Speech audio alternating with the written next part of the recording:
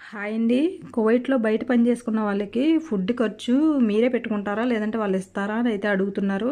బయట పని చేసుకున్న వాళ్ళకి వాళ్ళ ఇంట్లో చేసే మనుషుల కన్నా కొంచెం జీతం ఎక్కువ ఇస్తారు కాబట్టి ఇంకా వేరే ఫుడ్ గురించి అయితే వాళ్ళు అసలు పట్టించుకోరు. ఒక రూపాయి కూడా ఇవ్వరు. నెల వచ్చేటప్పటికి జీతం ఒకటే కరెక్ట్గా మనకి ఇస్తారు. ఆ జీతంలోయే రెంట్ కట్టుకొని మనకి ఫుడ్కి ఎంత ఖర్చు అవుతుందో అంతా తీసుకొని రెంట్ కట్టుకొని ఉన్న డబ్బులు ఇంటికైతే పంపించుకుంటాం.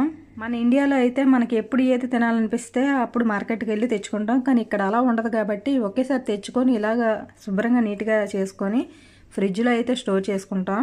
అలాగే కువైట్లో బయట పని చేసిన వాళ్ళందరూ ఒకే రీతిలో పనిచేస్తారు. ఒకే రీతిలో ఈ విధంగానే తింటారని అస్సలు అనుకోవద్దు. కొంతమంది ఉన్నారంటే ఇంత కష్టపడుతున్నాం కదా, అందులో ₹1 మనం తింటే ఏమైంది అని కొంతమంది ఆలోచిస్తే, ఇంకొకరు ఉన్నారంటే ₹1 కూడా మనం ఎందుకు ఖర్చు పెట్టాలి, ఇక్కడ మనం ఏది తిన్నా గడిచిపోద్ది కదా, ₹1 ఉంటే ఇంటికాడ మన వాళ్ళు పనిచేస్తుంది కదా అని చెప్పి వాళ్ళ ఆరోగ్యం అస్సలు పట్టించుకోరు. మనం ఏ ఇంట్లో అయితే పని చేస్తున్నామో వాళ్ళు తినే ఫుడ్ మనకే ఇస్తారు. ఆ ఫుడ్ తిని